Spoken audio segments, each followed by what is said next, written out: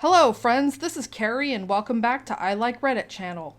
I hope you all are staying safe and healthy. Today we have 4 stories out of the Entitled Parents subreddit. Let's begin. Our first post is by Aria Age XX.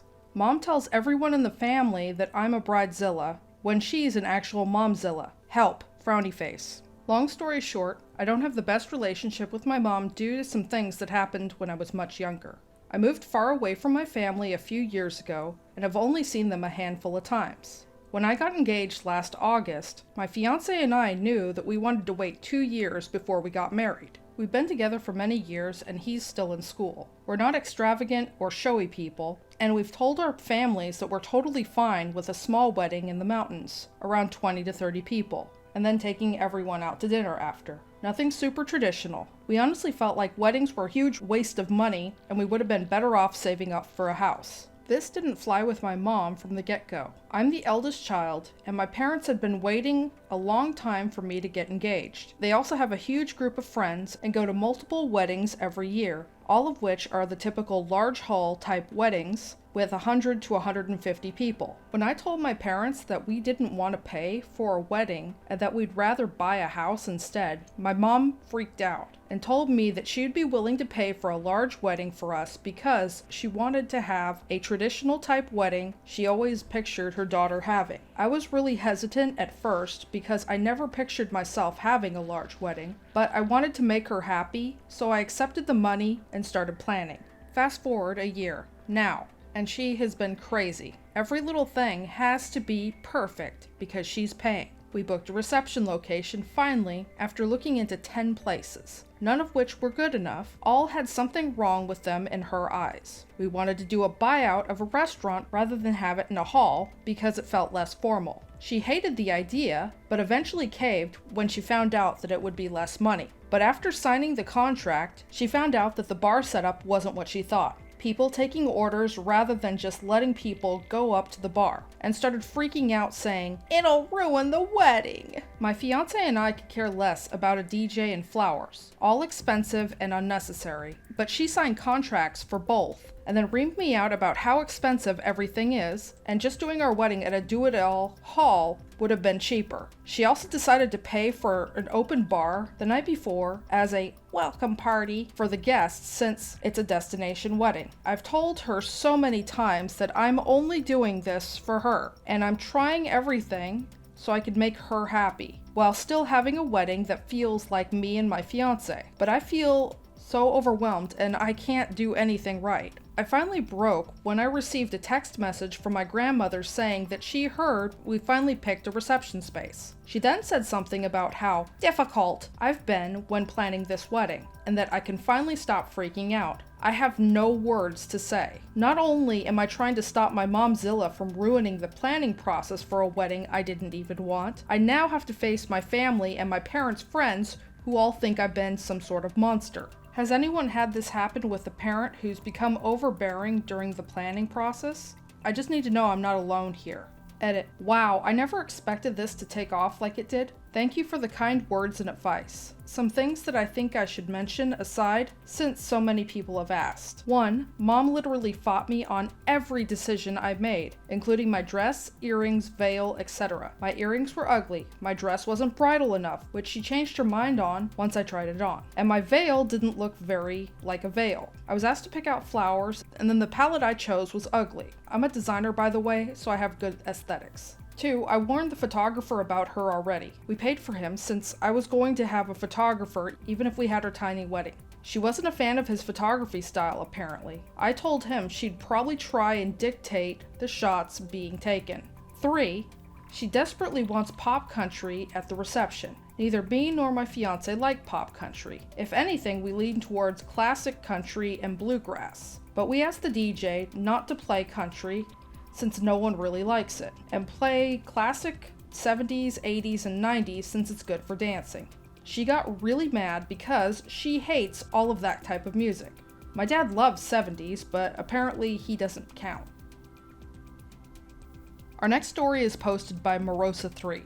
I gave my mom one chance to see her only grandchild, and she turned it down because it wasn't a good enough offer. I have a bad relationship with my mother, to say the least. She's been terrible to my partner my entire pregnancy. I wrote an update about the things that she was doing, like building a nursery in her room when I told her she wasn't going to see my baby. A few days ago, I finally got a response from her regarding the one viewing that we were going to allow for her, and I just had to post it. Due to the virus, our pediatrician recommended we quarantine our newborn for 2 months. My mother knew this. I told her many times. She refused to stay home, to get tested, to wear a mask, or really do anything.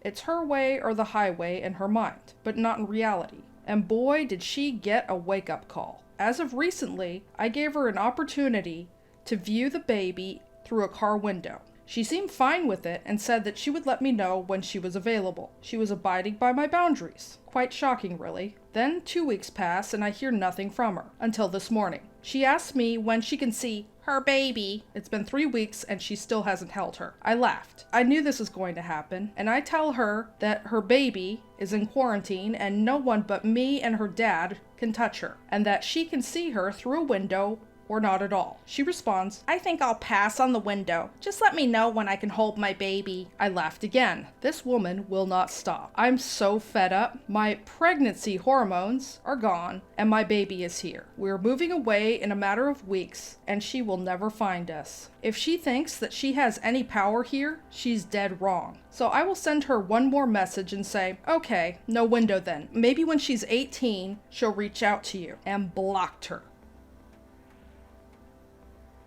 If you're enjoying the content so far, please put a heart emoji in the comments section down below. Our next story is posted by Cupcake Commercial 666, entitled Mother, My Sister, threw a fit and made her kids cry because I didn't take them on vacation with me. A lot of people from Am I the A-Hole sub said that I should post the story of my sister here. So here it is. I added more details in this version to make things more clear because there's no word limit here, like on Am I the A-Hole. A little over 2 years ago, I won a raffle at my job for an all-expenses-paid family vacation. It wasn't some super fancy prize to Disneyland or anything crazy like that. It was just a nice 3-day stay at this little beach house inn place. It was for 4 people, and I asked around and found out that the package deal cost just under $400. Pricey for me, but not so much for the older / more experienced coworkers. I, of course, asked my boyfriend at the time to go, but he couldn't take time off of school. I'd wanted to take my single friends to make it a girls' trip type deal, but either they couldn't because of work or other real-life responsibilities, which I was sad about, but understood.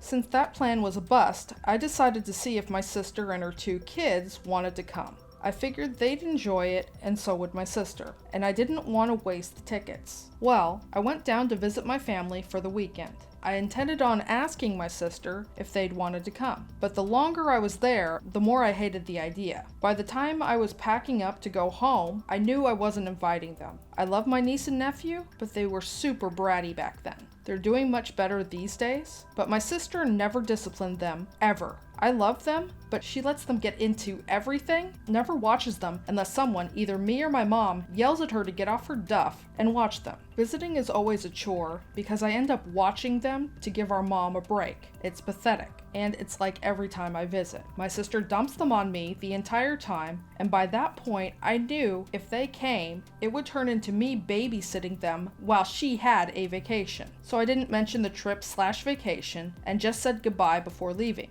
The next day I called my good friend Megan because she has 2 kids, older than my sister's kids, and very well behaved. She's a single working mom who I figured could use a vacation. I asked if she was available on XYZ days, and she was like, yeah. So I offered to invite her along with me on vacation if she would pay for gas to get us to and from there, while I would pay for food for us to and from there. And she happily agreed. We went and had a blast. I got a pretty good tan, and we ate lots of buffet food, swam at the beach, and did a lot of fun family / kid-friendly type activities all weekend before coming back. Her kids are super sweet, and it didn't feel like babysitting at all, even when I was helping Megan out with them. After I got home, I posted some pics we took. Nothing in your face, just a couple of cute ones of me / us on the beach. And before lunch even rolled around on my first day back at work, my sister was blowing up my phone.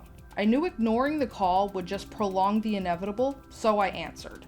I barely got past hey before she was asking me how the hell I could afford a vacation. I told her it was a raffle prize. She asked who won, me or my friend, and I said me. I don't enjoy lying, it stresses me out. She proceeds to freak out, demanding to know why I hadn't invited her. I was honest and said because I didn't want to end up babysitting your kids for the entire vacation. She got mad and called me an a-hole, and then she said that I knew she needed a vacation and hung up on me before I could reply. I just sighed and continued working. A while later, I was leaving work and our mom called me asking why I'd promised niece/nephew to take them on vacation. I said I never told them I would. I hadn't even spoken to them since the last time I visited. It turns out that my sister told them we were supposed to go on a beach vacation together, but I ruined it and now they didn't get to go.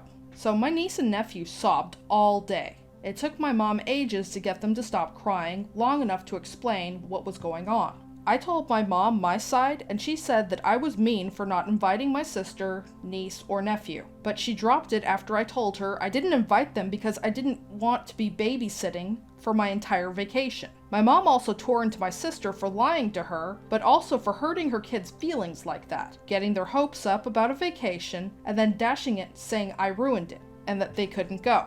I wasn't there, but my mom said my sister threw a huge tantrum and basically trash-talked me the entire afternoon. The only thing I really feel bad about was my sister getting my niece and nephew's hopes up like that. That's the exact reason I didn't say anything to them. But to cheer them up, the next weekend I took them to one of those kids' play places. They're always on their best behavior with me, because they know that I don't play like their mom and I will turn that car around and take them home if they even act a little bit bratty with me. So they got to eat pizza, play games, climb the huge indoor jungle gym thing, and even ride a couple of rides. I also sat down with them while they ate and explained that the trip that I went on with my friend they wouldn't have liked. It got really hot and we were so sweaty. They handled it pretty well, no tears or anything. I sadly have other stories of my sister's entitled behavior. Hit me up if you want to hear more.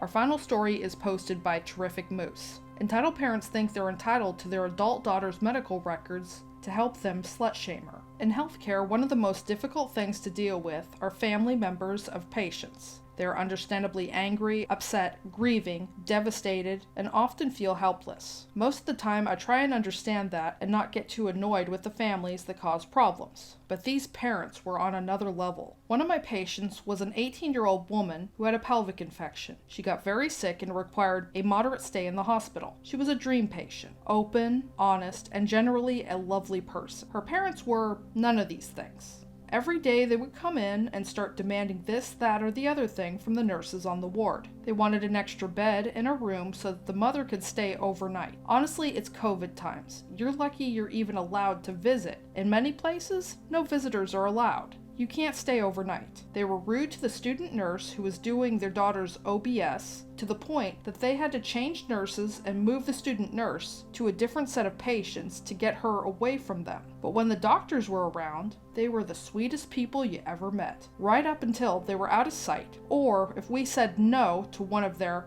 requests. They were disruptive, loud, and just generally obnoxious people. Thankfully, their daughter was aware of their crappy behavior and had informed us that she didn't want them to be told anything about her condition unless she approved it. She was a legal adult, so she was entitled to her privacy. This wasn't a huge issue to begin with, as she shared most of the details with them. But then the mother Googled pelvic infection and discovered that sometimes they can be caused by STIs. Dramatic music intensifies. As far as she was concerned, we had screwed up and gotten the diagnosis wrong. There was no way there was any possibility that her precious angel had even thought of having relations with a boy. They demanded to see their daughter's medical records so they could prove that we were lying about the infection. Politely telling them to F off was the highlight of my week. Unfortunately, that wasn't the end of it. They came in the next day with legal papers trying to demand that we hand over the medical records. Turns out they lied to a lawyer because the papers were for a minor still under the guardianship of their parents, not a grown woman. They then threatened to sue each of us individually. This isn't the US, and you can't just randomly sue doctors. They then tried to get some crackpot alternative doctor to check her hymen. Thankfully, the daughter screamed bloody murder when the guy tried to examine her, which resulted in me getting to watch security escort and trespass the lot of them off the premises. I honestly hope she presses charges for that. Edit 1 for spelling. Edit 2, thank you to all of you wholesome people having such an open and honest discussion about women's bodies in the comments. This wasn't intended as a body positive post, but I'm happy it turned into one.